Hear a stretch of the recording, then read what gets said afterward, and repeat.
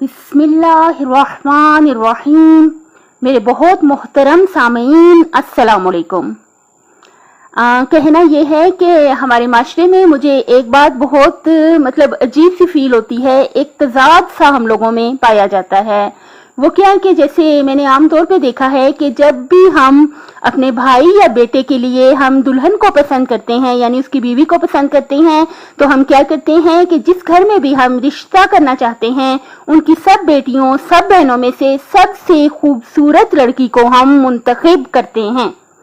हम कहते हैं कि हमारे जो भाई हैं उनके लिए बहुत प्यारी लड़की होनी चाहिए, लेकिन जब हमारी अपनी बेटियों और बहनों की बारी आती है तो जाहिर है उनके लिए भी यकीनन अल्लाह ताला बेहतर से बेहतरीन सबब बनाते हैं।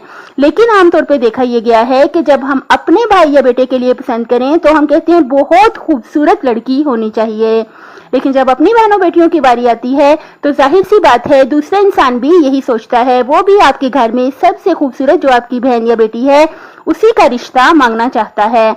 तो हमें चाहिए कि देखिए कि हम लोग अपने आप को दूसरे इंसान की जगह पे रख के सोचें। अगर हम ये चाहते हैं कि अगर हमारी बहन या बेटियां जो हैं, अव्वल तो ऐसा नहीं होता कि कोई भी इंसान जो है वो खूबसूरत ना हो, हर इंसान खूबसूरत होता है, सिर्फ देखने वाली नजर चाहिए होती है।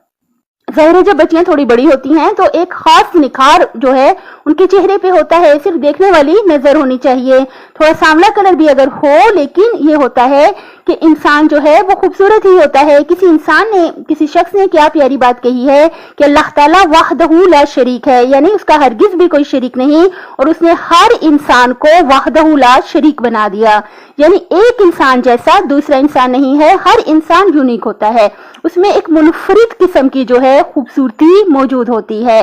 अल्लाह ताला हमें देखने वाली आंख अता करे कि हम इंसानों की खूबसूरती को देख और महसूस कर सकें, और हमें बिल्कुल भी ये नहीं करना चाहिए अगर हमें कोई लड़की पसंद है किसी के घर से, अगर उसका दूसरा या तीसरा नंबर है, अगर हमें बहुत प्यारी लगती है तो हमें खुदारा इंतजार कर लेना चाहिए ताकि बड़ी बेटियों की शादी हो जाए तो जिसका नंबर हो उसी को फिर हम अगलों से मांग लें, क्योंकि हमेशा अपने आप को दूसरों की जगह पर रख के सोचना चाहिए। हर घर में बहनें और बेटियां आमतौर पे होती ही हैं, और अगर हमारे घर में ना भी हों तो बहनें और बेटियां तो साझी होती हैं, सबकी होती हैं।